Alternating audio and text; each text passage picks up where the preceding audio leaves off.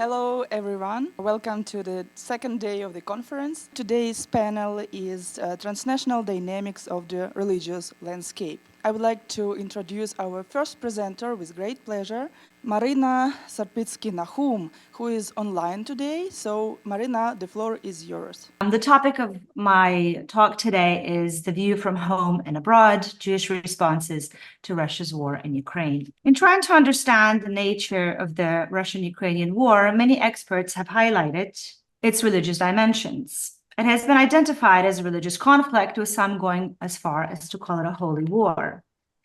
Recent analysis of religion and war has largely focused on the role of the Orthodox Church and noted the rift in personal and communal relations within the Orthodox Christian communities, the Russian Orthodox Church and the Ukrainian Orthodox Church. This focus is understandable since, as Catherine Warner explains, Eastern Christianity is the dominant faith, and it is recognized as culturally embedded and naturally belonging in the country's historical and present-day identification. Thus, while the voices of minority religious groups do not hold the same political power, their heightened visibility in this context makes them subject to greater scrutiny. In what follows, I will focus on the minority ethno-religious group of Ukrainian Jewry. I will lay out how Jewish communities within Ukraine, Ukrainian Jewish refugees, as well as the wider Jewish world have been impacted by the war. In what follows, I share the perspectives of individual Jews, communities, and leaders of transnational Jewish organizations, transnational cultural organizations, and my analysis is informed by 2 decades of ethnographic fieldwork focusing on Jewish Odessa and my ongoing research currently, which started in March 2022, examining narratives and activities of Jews, both who stayed in Ukraine and those who become refugees.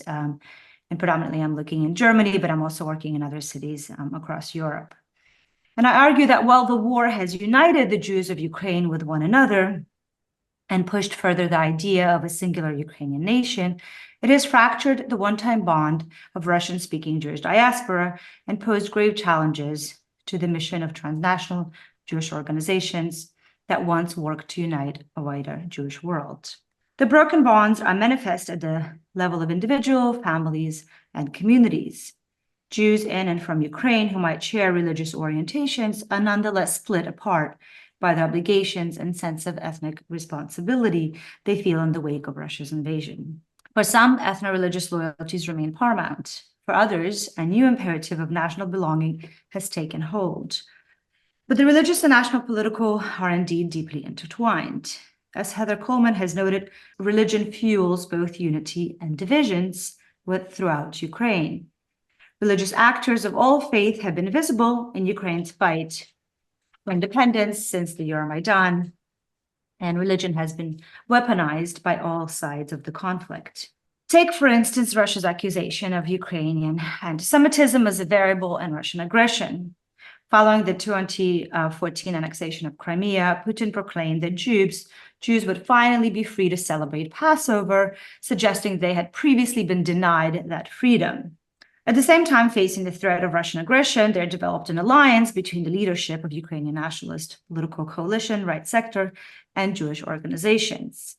Many Jews in 2014 recalled the incident when the high official from the right sector traveled to Odessa, and here you see a picture of his visit to help the Chabad rabbi restore the defaced Holocaust monument and to paint over the swastikas and the sign that says death to the Jews. This story and the associated photograph of the 2 men covering the graffiti marked a sea change, one that seemed to secure a solidarity between Jews, the right sector, within the fight for Ukraine autonomy and sovereignty. In 2022, as Russian speakers and those persecuted by Nazis previously, Jews found themselves at the center of Putin's propaganda narrative as he crouched Russia's war aim in terms of Ukrainians' denazification. As David Fishman has noted, the role of Ukrainian Nazism and collaboration in the Holocaust has become a bone of contention. Putin has cleverly used the dark moments of Ukrainian-Jewish relations, however distorted and amplified, to support his denouncement of Ukrainians as Nazis. Many Jews in Odessa told me that at the beginning of the war, journalists would arrive in the city and they would ask them questions like, are Jews fleeing Odessa because of the Ukrainian Nazis or because of Russians? And there's sort of this complete lack of understanding about contemporary politics. And they would spend, their time basically explaining that there are no Nazis in contemporary Ukraine, not any more than anywhere else in the world, and that Putin's Russia is the biggest threat to Jewish survival. The presence of Ukraine's Jewish president, Volodymyr Zelensky, has also served as a counterweight to Putin's denouncement of Ukraine as a country run by Nazis. The fact that Zelensky is Jewish was seen as a liability among many of my interlocutors when we first discussed his victory, and some still fear that all ills of the war will be put on the president's shoulders. But Zelensky, however, has worked to symbolically unite Jewish and Ukrainian interests, and his meeting with 32 Jewish leaders of Chabad Lubavitch, the most prominent Hasidic Jewish movement, Orthodox Jewish movement in Ukraine, organized around Rosh Hashanah, the Jewish New Year, Zelensky thanked the religious Jewish leaders and the 200 other families they represent for their service to the Ukrainian nation as a whole. A similar ceremony followed for Hanukkah, where Ukrainian president spoke of his victory of light, Ukraine, over the spirit of darkness, Russia. And these displays of Jewish holidays may have been first and foremost for international media consumption and the shaping of opinion abroad. But at the national level, they also allow Zelensky to showcase his country as a multi-ethnic, multi-religious, but also one that incorporated Ukrainian Jewry into the Ukrainian nation. And indeed, Jews have never seemed so as well integrated into Ukrainian state on both the political and civic level. For the first time in history, Ukraine has a Jewish chaplain who works with the Ukrainian Defense Forces, adding a further layer to the growing chaplaincy in Ukraine, which Catherine Warner describes as a litmus test for issues of tolerance in an increased pluralistic society. Jews have been enlisting in high numbers and fighting on the front lines, including Ukrainian Jews who returned from Israel, United States, and Europe to support their nation. And this is quite a shift in a sense of belonging and identity. And Izu, a 41-year-old Odessan, told me that in her days in Beitar, a Jewish organization, a self-defense league initially, they were taught that Jews should not be involved in local politics and local conflicts because it doesn't necessarily concern them. So the fact that Jews are fighting for Ukraine and seeing their fight as a battle to defend their home is a notable shift in the political orientation of Ukrainian Jews. Well, the past decade and the current war has generated a sense of growing Ukrainian belonging for Jews, playing out in politics, language, and culture. And indeed, many people describe the strengthening of personal bonds and, with their partners, neighbors, and the residents in the city. Many of my interlocutors measure the impact of the war through loss and absence of family, friends, and many one-time residents of the city who are either serving at the front or left the country. But they also know the loss of what has been sturdy institutional infrastructure for Jews in the city. Now, prior to the war, Odessa was home to 30,000 Jews. There were two Orthodox congregations, one liberal community, and a more recent conservative movement. It was also home to an array of Jewish cultural programs, organizations of Jewish relief, and Israeli organizations like Jewish Agency. Kosher restaurants and grocery stores dotted the streets of Odessa, and an extended network of Jewish education programs for Jews of all ages, including the Jewish University, operated before the war. When Russia launched a full-fledged invasion, many foreign Jews left, and rabbis across the country, including those in Odessa, led their congregations out of Ukraine. Odessa's Litvak Orthodox community, Rabbi Shlomo Bach, took the majority of his congregation to Romania, closing the main choral synagogue in the city and relocating all the educational and communal programs while providing support for the approximately 400 people who couldn't leave or just didn't want to.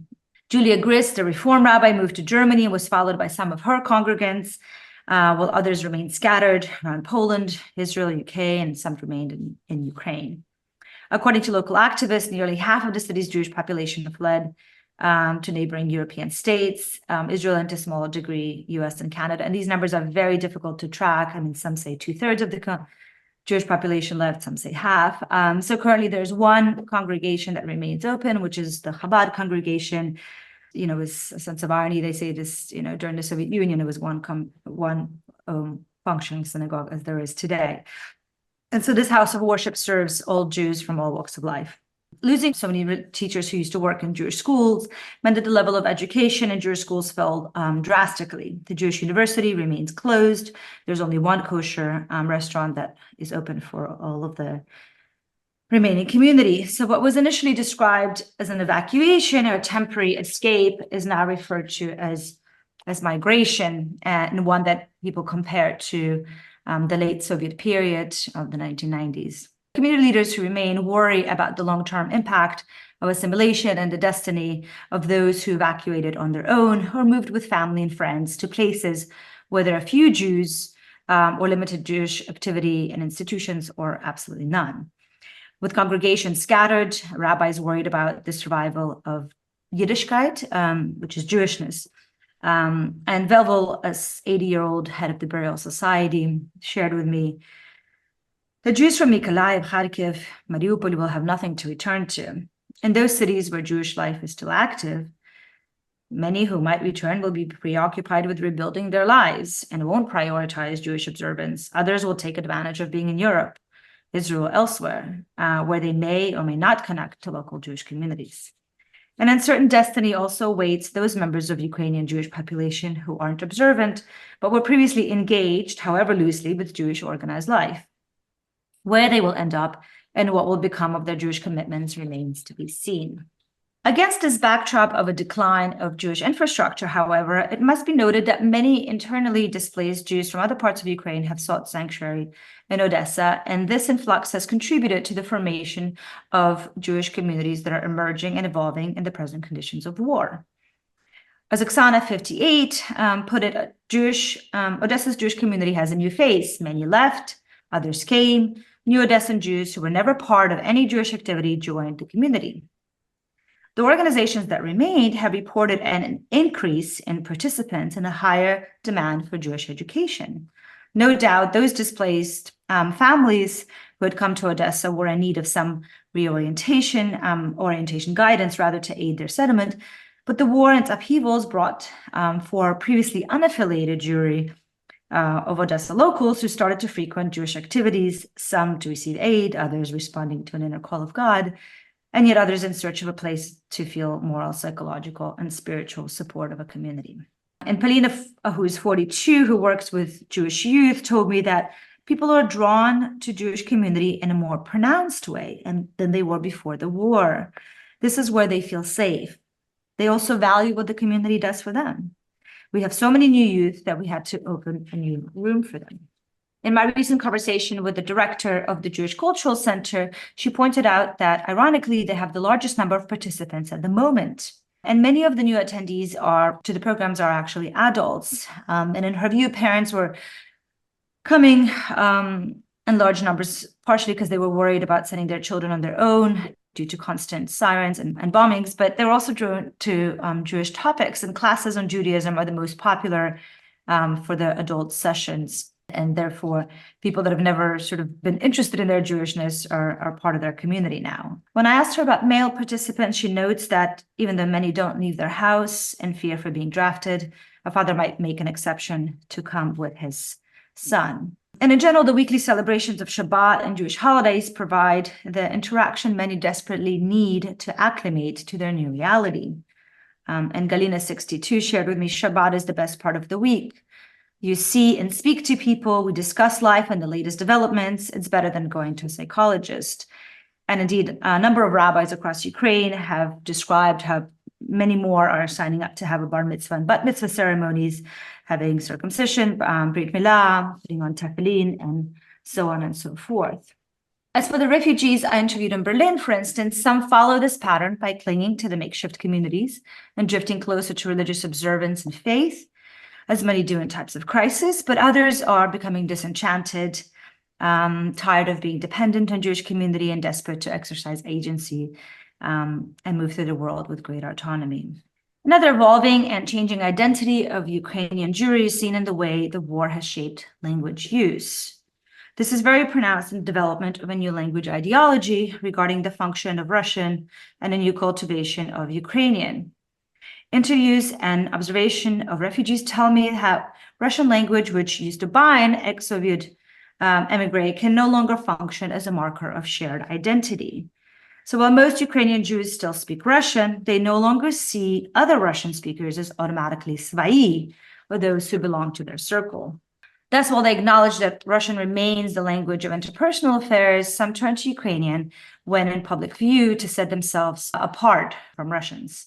And I have two friends that were discussing what to do when they're leaving their house and they're on the streets of Berlin. And Ilya, 39 years old, suggested to his friends that, while we speak Russian to each other, when we are moving around in the city, let's switch to Ukrainian. And as he explains, I don't want others, Russians possibly, to think that we are svai, and I didn't want Ukrainians to think that we are Russians. And while Ilya has no issue switching to Ukrainian, having graduated from Ukrainian language university, his friend Oleg says he finds it hard. After an hour, I find myself turning back to Russian. I'm from Odessa after all, and I'm not used to speaking Ukrainian. So there's sort of negotiations as to how and how to go about it. As many Ukrainian Jews redefine their relationship to the Russian language, they simultaneously reorient themselves to Ukraine and the Ukrainian language. They also engage more deeply with cultural production that is coded Ukrainian, thereby reformulating the symbolic value that was once the exclusive domain of the Russian language and the cultural production that fell within it. And I could see how both as individuals and as community, they tried to carve a space which was, basically would create a distinction between us and them among other Russian speakers. Within Jewish organizations, Russian remains the dominant language in the modes of communication for social and community gatherings, the language of sermons, and informal Jewish education, although most public platforms and most posts on social media are all in Ukrainian at this point. But the onset of the war saw also an explosion of the Ukrainian language Jewish press, including the first translation of the Haggadah, the story we read for Passover, a Siddur, the prayer book, and other Jewish texts. And here you see some pictures, which are obviously about the war, but also prominently displaying Ukrainian colors and Ukrainian flag, and are written in Ukrainian. But despite the various efforts to shift Ukrainian Jewish life to Ukrainian, this transformation will take time, especially in cities like Odessa, which have historically functioned predominantly in Russian. The shift in linguistic orientation is not straightforward. It contains complexities and generates contradictions. Perhaps this is what allows us to see the role played by language in people's construction of self and their sense of multiple belongings, in this case, as Ukrainians, as Jews, as Russian speakers. International Jewish organizations, which previously worked across former Soviet Union, have found themselves at the forefront of difficult transitions in the context of war. Some have sought to show support for Ukrainian nation and its Jewry without jeopardizing the lives of Jews in Ukraine. And as one representative of a global Jewish organization put it, we had the challenge of having everybody's voice heard without getting anyone killed. Others have concentrated only in Ukraine due to sanctions, political pressure, and donor demands. And several foreign representatives I spoke to try to maintain neutrality, but found themselves mediating conflicts between Russian and Ukrainian colleagues when Ukrainian representatives refused to sit at the same table as their counterparts in Russia and pass judgment on those who remained in Russia. Now, for many Ukrainian Jewish activists, working with Russian representatives of Jewish programs became hard because there was no trust, but also, they refused to continuously use labels such as Russian speaking or post-Soviet Jewry, really thinking of themselves as Ukrainian Jews and as Ukrainian speakers in many contexts. So many organizations have played a prominent role in promoting everyday peace and nurturing empathy for citizens. Others pray for victory and see this war as a fight of good against evil. Some of the religious leaders have taken a more prominent and politicized role, and here you see pictures of Rabbi Asman from Kiev, who publicly made a plea to the Russian Jews and the Russian population to look beyond Russia's propaganda. And you see a picture of him hugging the Torah, and he's literally screaming into the camera that, I state I'm not indifferent. How can you be indifferent?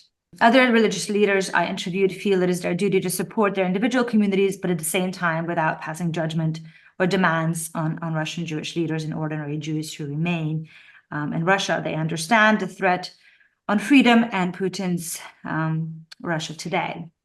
While Ukrainian Jews have often shared with me their bitter feelings towards Russian Jews who chose to stay in the country waging war on Ukrainian territory, many international Jewish leaders feel that Jews of Russia can't be abandoned or can be blamed for the ills of their government. So the war has simultaneously united Ukrainian Jewry with one another and the wider Ukrainian population while creating multiple and divergent fissures running through the larger Russian-speaking Jewish world. While Putin's propaganda has picked up kernels of historical truth and manipulated history to serve his imperial goals in the region, Ukrainian Jews and Ukrainian government have defended Ukraine at all costs by publicly acknowledging the important place Jews hold in Ukrainian civil society. Understanding the complex history of Ukrainian-Jewish relations, Ukrainian Jews distinguish Ukraine then and Ukraine now in public discourse about anti-Semitism. And in the context of the current war, they see Putin's Russia rather than Zelensky's Ukraine as a threat to Jewish lives and the future of Jewish communities in their country.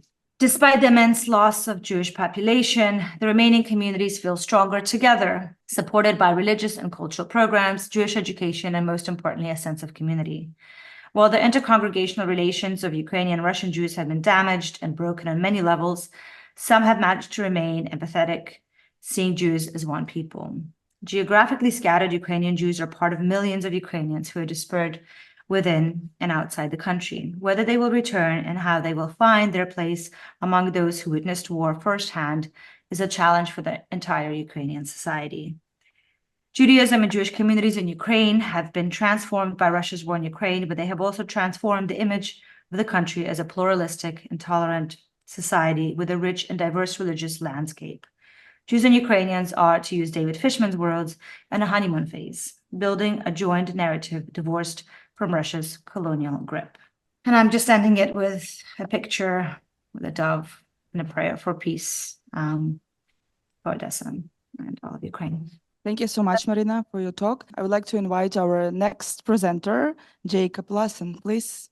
It's a pleasure to be with you all today. Before I begin, I have to give this disclaimer that the views and conclusions expressed in this paper represent my personal views and are not necessarily the views of the Department of Defense, the Department of the Air Force, the Air University, or the U.S. government. The concept of canonical territory is an oft-mentioned topic within contemporary Russian Orthodox ecclesiology. The formation of the Orthodox Church of Ukraine has made this issue more salient as conflicts over authority and control rage not just in Ukraine itself, but also in the diaspora and across different local autocephalous Orthodox churches. Canonical territory is a complex issue. As Andriy Mikhalenko notes, it can, quote, be difficult to define as it can refer to a variety of different aspects, from an ecclesiological, geographical, and cultural entity to the territorial or canonical jurisdiction of a church as an expression of its local community, or the pastoral theological care of the faithful in a particular territory, end quote. So in this paper, I will address how the Russian Orthodox Church looks to expand its vision of canonical territory to include a new dimension of space, the internet. And to do this, I'm going to use examples from the Russian Orthodox Church itself, as well as counterexamples from the OCU, the Orthodox Church of Ukraine, and the Ecumenical Patriarchate. And I contend that these actions constitute on the part of the ROC, the Russian Orthodox Church, as them viewing the internet as part of its canonical territory, and have critical impact in both the ecclesiastical and geopolitical debates that rage around Orthodoxy. So to begin, it's useful to understand that the term canonical territory is a rather recent addition to the Russian Orthodox Church's lexicon, coming to broad use in the 1990s among Russian Orthodox officials. And the popularization of this term was linked to the breakup of the Soviet Union and the Russian Orthodox Church's attempts to assert jurisdiction over territories that were now independent of the Russian state. The Russian Orthodox Church considers as its canonical territory, encompassing all of the countries of the former Soviet Union except for Georgia, as well as Mongolia, China, and Japan. And this delineation of canonical territory is also linked to the Russian world concept that both the Moscow Patriarchate and the Russian government promote. Claiming practically the entirety of the former Soviet Union and beyond as part of the Russian Orthodox Church's canonical territory offers a spiritual sanction to Russia's interventions, military, economic, cultural, or political, in these countries. And as Dominic Martin notes, quote, canonical territory is therefore neither a sterile nor stable space, but a space of constant conflict, dispute, and schism, traversed as it is by the forces of theopolitics, Claims to canonical territory, like claims to geopolitical territory, partake in a broader discourse of sovereignty. So the addition of areas to the ROC's canonical territory are clear claims over the sovereignty of those areas. Canonical territory has been thought of almost entirely in geographical terms.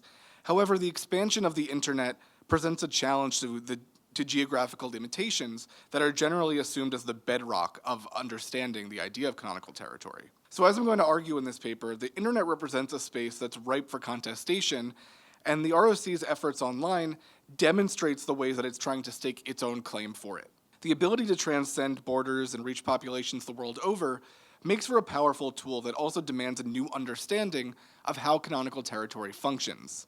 And so with this paper, I hope to contribute to the conceptualization of how the Russian Orthodox Church aims to bring its vision of canonical territory to the internet and use the internet as an integral tool to shore up its own influence and authority in the global Orthodox communion. The Russian Orthodox Church has developed extensive online media presence in the past few decades. Internet content has become a prominent element in how the Moscow Patriarchate attempts to communicate with the world. And so I'm going to draw from examples that demonstrate how the Russian Orthodox Church uses the internet to expand its vision of canonical territory. And these moves to expand the functioning of the canonical territory are directly related to the Ecumenical Patriarchate's granting of the Tomos, recognizing the OCU, and then also, of course, they're part of Russia's military invasion of Ukraine. So the first of these examples I want to talk about is the expansion of linguistic offerings from the ROC's online media and attempts to dominate online discussions of orthodoxy. From there, I'll move to the creation of the Russian Orthodox Church's exarchate in Africa and how it has been depicted and commented online. And then finally, I will offer examples of how the Russian Orthodox Church attempts to supersede local Orthodox authorities, especially in the West, as a tactic for asserting Russian Orthodox authority and jurisdiction over believers in other autocephalous churches. The attempts to increase the kind of linguistic offerings and reach of the Russian Orthodox Church online are visible in several instances. So if we take, for example, pravoslavia.ru, which is based at Moscow Sretinsky Monastery, the translation of the name, of course, is just orthodoxy.ru, making it likely one of the first locations that an internet user will end up when searching for Orthodox Christianity in Russian. And the same is true for its English language version, which is orthochristian.com. So they aim to capitalize here on search engine optimization. And so tied to the use of optimized URLs and site names, one of the most prevalent tactics that the Russian Orthodox online media uses is to present content in a variety of different languages and to ensure that any kind of audience can read their material. So the official website of the Russian Orthodox Church, for example, is available in Russian, Ukrainian, Romanian, Greek, and English. The widespread use of translation extends the ROC-affiliated online media. Pravoslavia.ru has content in Greek, English, and Serbian in addition to Russian, and the UOCMP affiliated Union of Orthodox Journalists has content in Russian, Ukrainian, English, Romanian, Greek, and Georgian.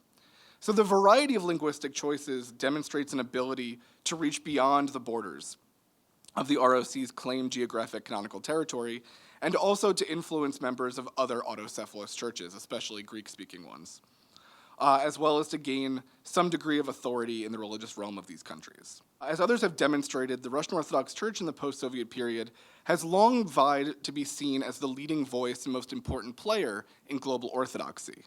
So providing the widest possible linguistic variety among its many media holdings is a central tool in being able to claim the online space for the Moscow Patriarchate.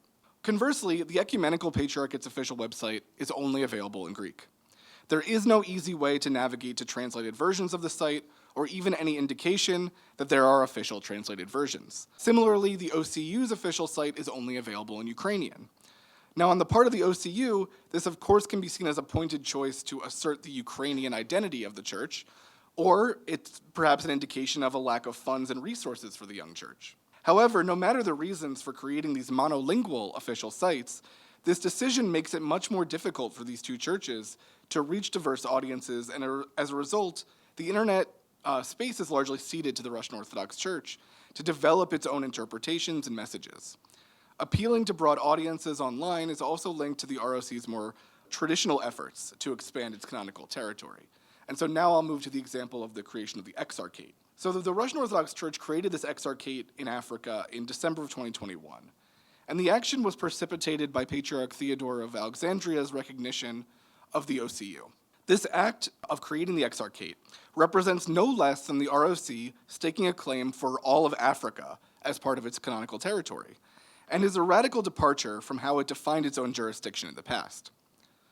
On its official website, the Patriarchal Exarchate of Africa makes the case that Patriarch Theodore's actions constitute schism, as well as being reversals of his previous statements that supported Moscow's canonical territorial claims over Ukraine. The online strategy surrounding the creation of the Patriarchal Exarchate follows the pattern mentioned above by providing content in many different languages. And unsurprisingly, the official website of the Patriarchal Exarchate is available in many of the most spoken languages across Africa: English, Swahili, Portuguese, French, German, and Arabic, as well as Russian and Greek.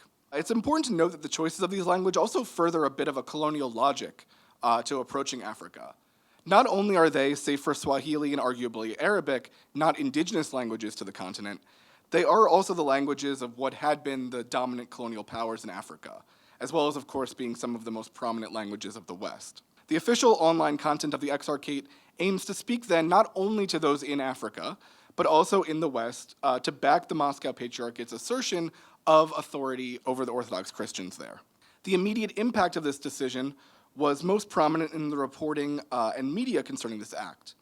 The realities on the ground in Africa are of secondary importance to being able to project the strength and the correctness and the canonicity of the Moscow Patriarchate's arguments. The small number of Orthodox Christians in Africa, relative to the population at large, indicates that the creation of the Patriarchal Exarchate is largely an attempt from the Moscow Patriarchate to exploit already existing divisions within the global Orthodox communion and to undermine the Patriarchate of Alexandria and the Ecumenical Patriarchate. This is emphasized by having a Greek language version of the site meant to speak directly to the clergy of the Patriarchate of Alexandria and other Greek-speaking autocephalous churches, potentially as part of a strategy to entice them to come over to the Patriarchal Exarchate.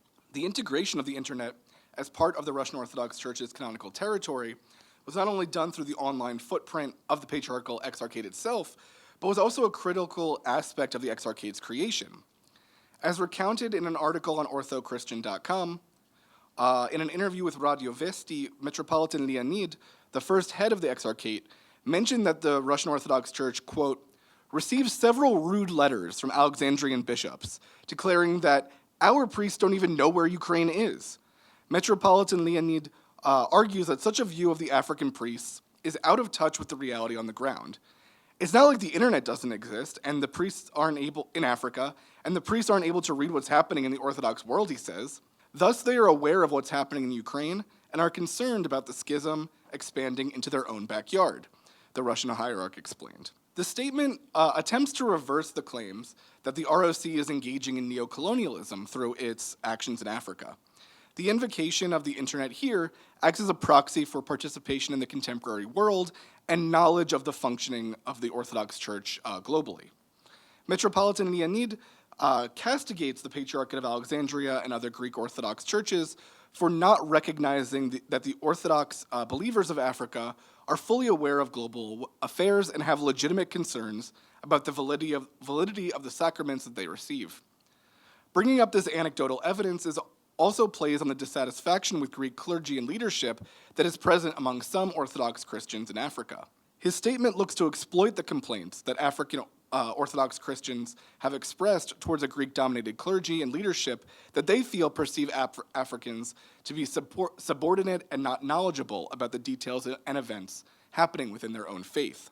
The internet in this case is where Orthodox Christians in Africa learn about threats to the faith and who is upholding it against heterodoxy and heresy. It is a place where they can make their displeasure with their hierarchy known and to find and join a church that they believe is canonical and in the right. It must be reiterated that the number of believers that this affects is quite small.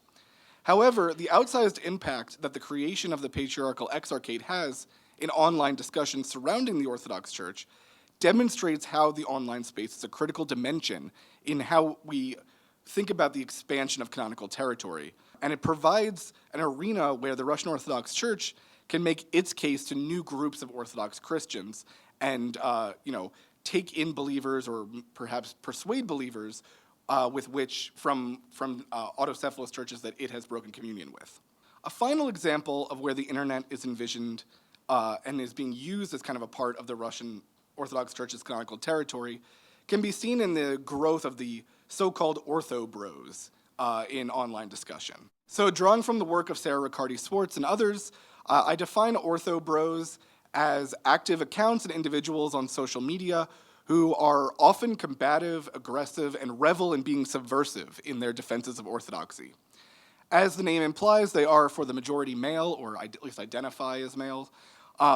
Many identify, of course, also as converts to orthodoxy and bring their immense zeal to all online conversations where they can defeat what they see as heresy or paganism and promote their interpretation of quote-unquote true orthodoxy. These accounts are often anonymous, so it's difficult to ascertain the sincerity of the posts and how well they match with the individual's offline personae.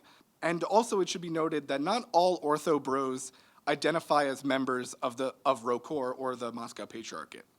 However, there is a strong tendency amongst them to actively support the Moscow Patriarchate's views on the OCU, as well as supporting Putin's military actions against Ukraine. These ortho bros, through their persistent and often aggressive online behavior, have gained a reputation within online communities of being pugnacious trolls.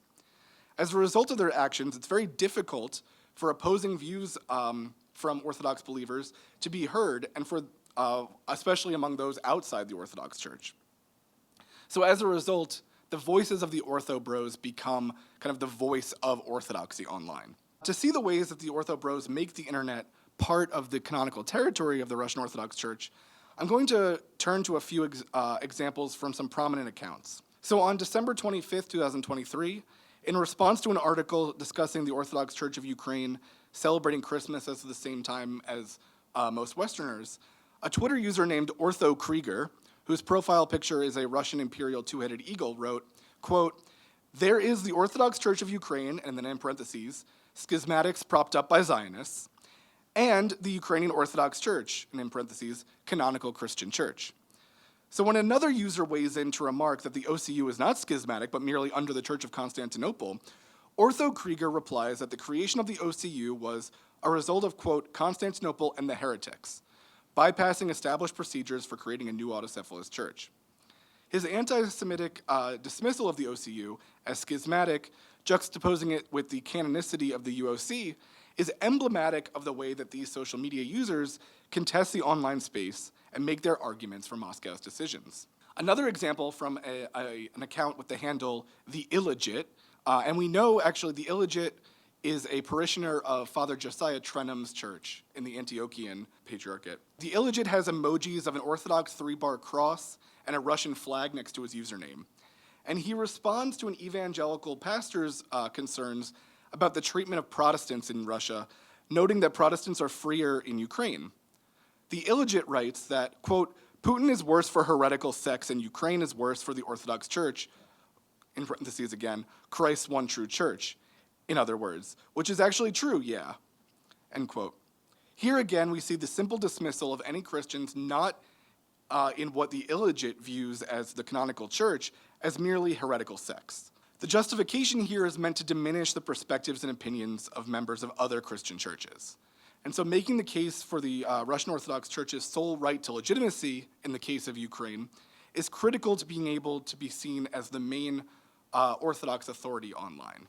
Of course, two examples from two accounts are not exhaustive of the entirety of the discussion over the creation of the OCU online, but what they both show is how Ortho Bros function and work to support the Russian Orthodox Church's positions about the legitimacy of the Orthodox Church of Ukraine. So having such a reliable group to make these arguments helps to ensure that there is a consistent contingent within online space defending the Russian Orthodox Church's positions and promoting its authority. The use of canonical territory as a concept has provided a powerful ideology for the Moscow Patriarchate and the Russian state, both to justify their actions and take a more aggressive role in global Orthodox affairs. Previously, the concept has almost entirely been thought of in geographical terms. But through this paper, I've aimed to demonstrate the ways that not just geographic space, but in this case, the internet is also contested as a new frontier in the expansion of canonical territory. Through its great resources and its dovetailing of geographical actions with online rhetoric and its successful influence over active social media users, the Russian Orthodox Church has been able to not only contest, but in many cases win the internet and integrate it as part of its larger conceptual canonical territory. Thank you very much for your time. Thank you, Jacob, for your talk. And now I would like to invite our commentator. Please welcome John Paul Himka. Thank you very much for these interesting papers. I'll start with a paper of Marina Sapritsky-Nahum, which I thought was really interesting in the way that it can act as a barometer. Her discussion of the Jewish community, the Russian-speaking Jewish community in Ukraine, what a shift it's made since the full-scale Russian invasion. This barometer shows that what kind of changes are going in the minds of Ukrainians who, let's say, once voted for the Party of Regions regularly, who stuck to their Russian language over Ukrainian. Things are changing. And the same is true, of course, of the Ukrainian Orthodox Church, which has also shifted as a result of the war.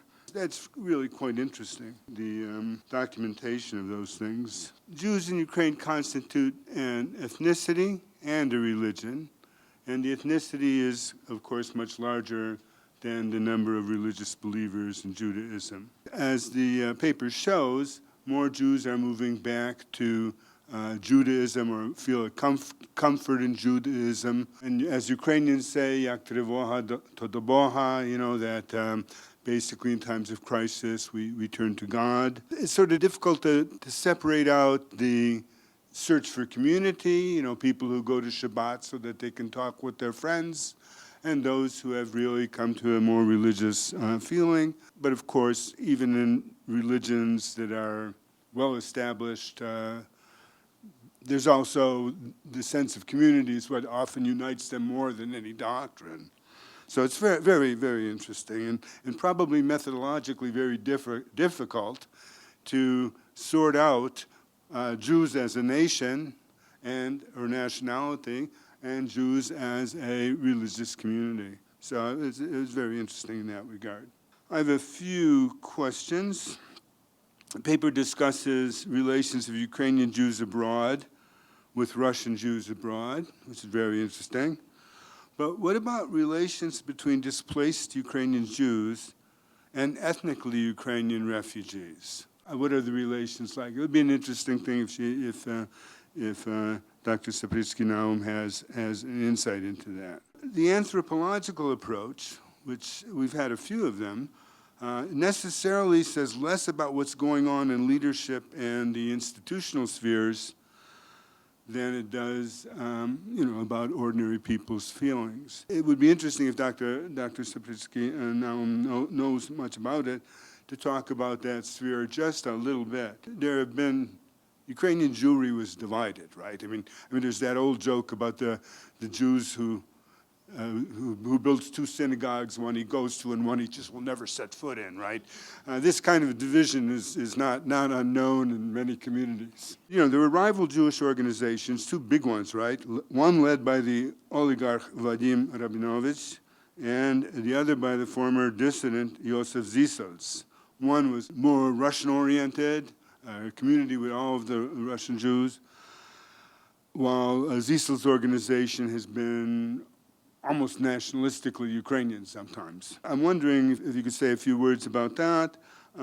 It seems that Rabinovich is totally out of the Ukrainian picture now, but does his organization still exist? And has it evolved like other organizations have? That would be interesting for me to find out. The paper talked about and PowerPoint showed the chief rabbi of Ukraine, Moshe Reuven Asman, or he's one of two chief rabbis in Ukraine, and sort of.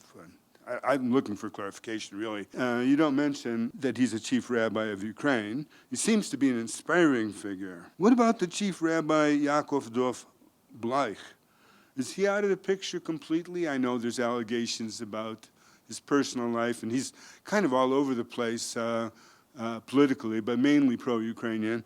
What's he doing? And I could add a number of my own anecdotal observations about subjects touched upon in the paper, such as Jews who chose to enlist in the Ukrainian armed forces. In fact, I'll just say, if you can get the latest issue of Kritika online, there's a wonderful article by the Holocaust scholar and Jewish Holocaust scholar Maxim Hon, where he describes his experience in the war. It's just so, it's really worth reading. And also about the flight of American rabbis from Ukraine once the war started, and the consequences of that. And then I'll turn to Jacob Lassin's paper, which, I never thought about those things before. Of course, you've now led me to think about those things, but it's a very interesting paper. First, I found the thing about Africa particularly interesting because I've been following what the Russians are doing in Africa. Their military and economic, neo-colonial projects, mainly so many states, either to shore up dictatorships or to get the French out finally, are using the Russians and becoming under their influence. It's a bad friend to invite into your house, really. I think at one point you overshoot the mark, and I think you should reconsider one quote. It is important to note that the choices of these languages, that is, the languages in which the African exarchate functions, further a colonial logic to approaching Africa. Not only are they, save for Swahili and arguably Arabic, not indigenous languages to the continent, they are the languages of what had been the dominant colonial powers in Africa, as well as being some of the most prominent languages of the West.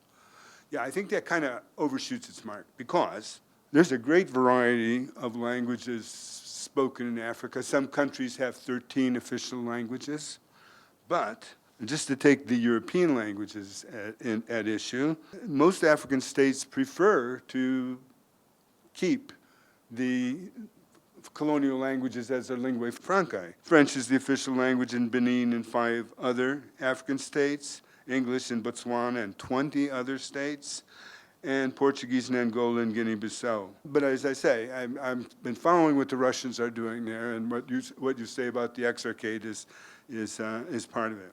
You mentioned in your paper, and I don't know, did you talk about the Union of Orthodox Journalists? I've written about them elsewhere. Okay. I thought that websites of the Ukrainian Orthodox Church were neglected in the paper. And that is one of the 3 major websites of the Ukrainian Orthodox Church.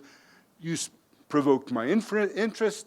I went and looked more carefully, but I've been reading these sites for a while. So the Union of Orthodox Journalists, the Spilka Pravoslavnych Журналистів, Союз Православных Журналистов. There's no, you find it under spzh.ua.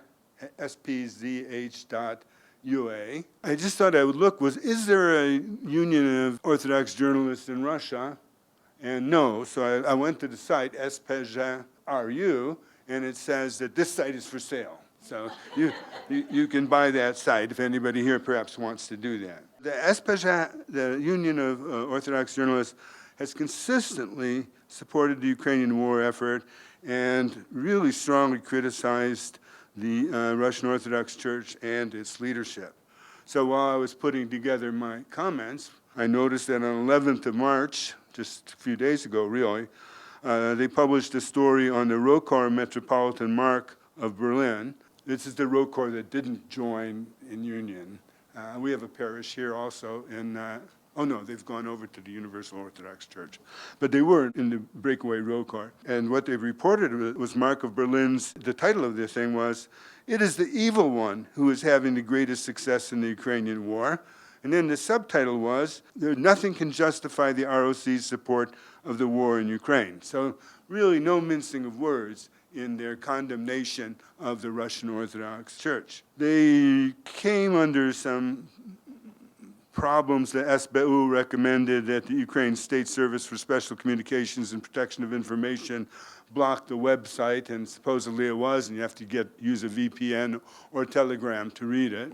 And then just a couple days ago, on the 12th of March 2024, the SBU searched their premises and confiscated computer equipment and telephones. At least according to the Ukrainian Orthodox Church, they consider this an attack on freedom of both religion and the press. There's also the website of the Ukrainian Orthodox Church, Ukrainskaya Pravoslavnaya Tserkov, or Ukrainskaya Pravoslavnaya Tserkva. It used to be called pravoslavia.ua, but because the major Russian website is called pravoslavia.ru, they changed it to church.ua to differentiate themselves from other websites. And they publish in English, Russian, and Ukrainian.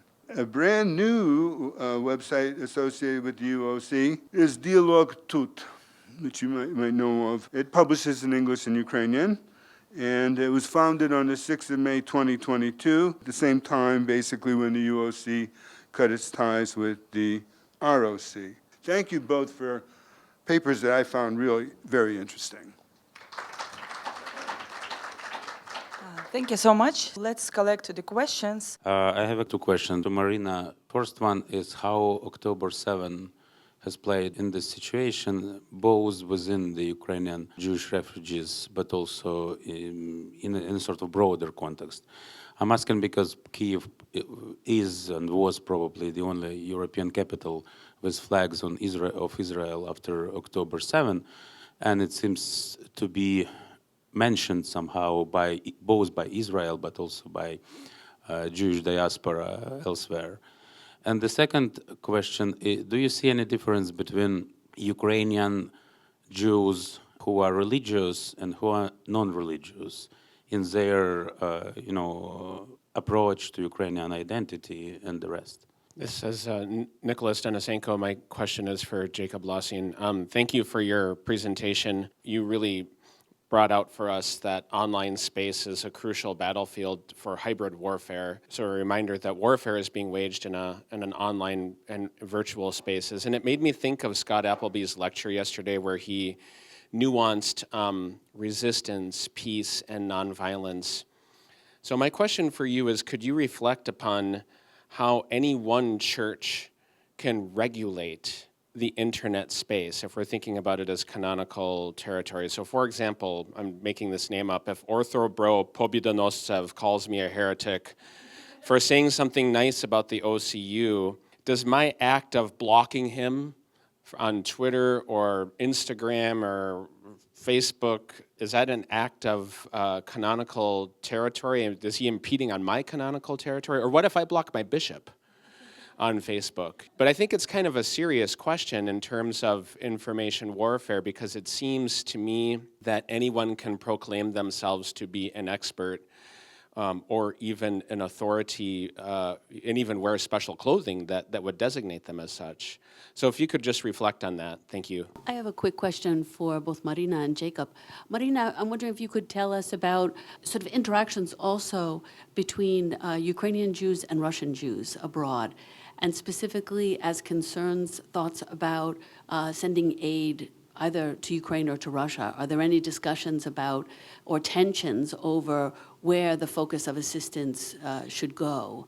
And if that's a source of tension among Jewish communities that might have both Ukrainians and Russians there, even actually if that's occurring. Even before the invasion, of course, there were language politics were intruding on Jewish communities, with many people wanting them to be Russian language, and especially in Germany, complaining that they should be German language or what have you. But anyway, and my question to Jacob, your mention of Africa, especially interesting.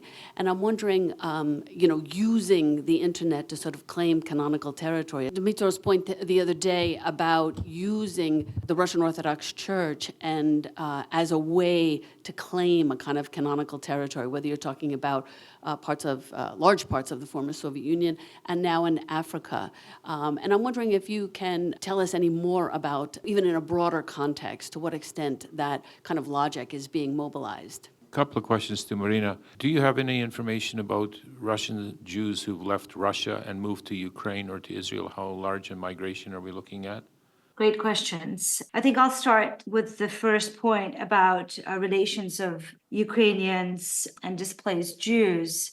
And I don't know many people that left Odessa to go to other parts of Ukraine, but I have interviewed Ukrainians who have had displaced Jewish families arrive there. And I think one of the interesting things that came up is that these families said that it was quite interesting to see that Jews stayed in Ukraine. And it sort of was a testimony to how Ukraine was really their home, because they envisioned that, given the fact that they could go to Israel or go somewhere else, that they would leave. So the sort of staying in Ukraine and moving to possibly another area, but staying there was seen as a testament of loyalty to the nation state. So that has been a very welcomed phenomena. And I haven't heard anything negative about Ukrainian Jewish relations in areas where Jews have relocated. And again, Odessa received a lot of internally displaced families, Jewish, non-Jewish, mixed families, and all of the Jewish facilities have been open to everybody without question. I'll move on to the political sphere. Yes, you're right. I think anthropologists tend to dig into the everyday life and to the nitty-gritty on the ground rather than looking at larger political questions. And David Fishman and I were actually just talking about that point exactly. And just to correct your joke, it's actually 3 synagogues that we need: one that's mine, one that's not mine, and that one that I'll never go to. So that's how many opinions there are on the ground. And I think, you're absolutely right to point out that it is by no means a homogeneous community of people, if anything, communities, highly fragmented, both on a kind of religious scale, both within the religious scale and sort of outside of it, and so on and so forth. So I think the organizational structures that you describe, both Rabinovich and Z-Sales, which I'm aware of, play out in sort of various spheres. If you're looking at, the Babi-Yar Memorial, for instance, also with various projects and people involved and what they represent, and memory politics on the ground. But then also sort of, again, if you take Odessa for an example, you have 2 Orthodox rabbis competing for the title of Orthodox rabbi in the region. So I think that there's nothing new, and there is multiple narratives about the authentic way to be. But I think in this case, we see those internal conflicts kind of parked for the moment during the war. At least I haven't seen anything flare up that, even the Babi-Yar projects are sort of just muted in many ways due to the context of war. So speaking about Rabbi Assman and Blech, yes, I know that as far as I know, Blech is still in Kiev. And yes, again, different claims to chief rabbis of the city. I don't know enough about his personal life, and I'll be interested to hear your anecdotes about it. I pointed to Rabbi Assman because he's taken, as some of you might know, he's originally from St. Petersburg, and he's taken a very sort of prominent stance to talk about the war, to switch to Ukrainian. And so he sort of represents this face of Ukrainian Jewry. He's been very political and traveling both internationally and within Ukraine and speaking out against the war. And I sort of positioned him against other rabbis who I've interviewed, who are less political and sort of less public in their statements and want to protect their congregational positions and organizations, and also sort of not, put judgment on both Russian Jewish leaders and ordinary Jews who remain in Russia. So, and the question about the 7th of October, yes, it's very complicated. I think in a way there was a sense of disappointment, and the world has turned elsewhere, like there was among many Ukrainians, both financially and sort of in its orientation and importance. But there was also a great sense of this is a place where, irrespective of your sort of Zionist or lack of Zionist position, you have family, friends, people. I have a friend whose son is serving in the Israeli military and whose husband is serving in the Ukrainian army. So it's a conflict that's torn a lot of hearts apart and has been very difficult for Ukrainian Jewry. I recently interviewed actually a rabbi from Moscow and asked him this question, and he said, interestingly, that in his context, he felt like until the 7th of October, they were sort of saying we don't support war at all. And then, the 7th of October was a time when they turned to supporting military and supporting soldiers. And therefore, sort of in the Russian context, for instance, that was seen as a great turnaround to their positionality. If I can just say briefly about Jews who are religious and not religious and their differences in feeling a connection to Ukraine, it's a good question. I'll have to think about that a bit more. And part of the reason is, that sort of fluidity between what you mean by religious and non-religious. Obviously, we have kind of fully observant Jews, but then there's a large span of things in between as well. Thank you all for those questions and comments. Thank you for the correction on kind of the overshooting of thinking about the linguistic variety. It's a good corrective for as I develop this paper out. And also, thank you for letting me know that spj.ru is available for purchase. Seems like a good entrepreneurial opportunity. But absolutely, including the Union of Orthodox Journalists, especially given the weird canonical status right now of the Ukrainian Orthodox Church, I think would be a really useful thing for me to include here. As I develop this further, as well as the other kind of official websites and Dialog Tut. Thinking about Nick's question about hybrid warfare and, the canonical territory of the individual is a super interesting question. Is there a canonical territory of the mind, of the kind of personal space? Is something that I need to think more on. But what I can at least talk about now is the ways that regulation has tried to happen, where people have made comments, priests, for example, have made comments that people say go outside the bounds of either what you can say as a cleric or what a bishop has done, for example, and then people going to that bishop to kind of report on them. Or people doxing, which is, finding out the real information of these anonymous online users and then reporting them to their bishop, to their local ecclesial authority. So it is a place where people are trying to bring canonical sanctions, or at least have attempted to. But it's also entirely unwieldy and unruly, right? It's very, very difficult to do this, and very few and far between. The jurisdictional kind of structures of the Orthodox Church are not well suited for the internet whatsoever. In some ways, the internet is like wholly kind of Protestant. You just pick your own, you can make your own, like you were mentioning. Very difficult to kind of police these things and to have this kind of hierarchy and obedience, for example. One recent example was this, I don't know what to call him, guy, Brother Nathaniel. He is a Jewish convert to Orthodoxy who, calls himself a street preacher. He has a YouTube website. He has a kind of like a nonprofit foundation where he can raise money. And he posts a lot of anti-Semitic things. And so people were trying to figure out, whose authority is he under, and how do we report him, and how do we get kind of canonical sanction on him? Well, he's not under anyone's authority. He's just, Brother Nathaniel, who wears the garb and is able to present himself as an authority and as an expert, but has no actual, there's no mechanism to actually, rein him in. So that's a kind of impossibility, I think, with contemporary, already existing Orthodox structures make that it's almost impossible to kind of deal with. But it's useful to kind of reflect on this question and think about how it might be better integrated or better thought of within an Orthodox context. And then to Kathy's question about kind of extending canonical territory online, I haven't seen anything as broad or as kind of bold, right, as staking the claim for Africa has been. But what we do see of kind of in Christina Stoeckel's work of kind of expanding to become the moralist international, right, of being this kind of bulwark against Western liberalism, of being able to kind of capture the minds and rally a certain kind of ideological group around the Russian Orthodox Church that's been prominent in countries in Western Europe and in the United States. Thank you very much. Thank you so much. Thank you, Jacob. Thank you, Marina. And thank you, John Paul, for great comments and great talks.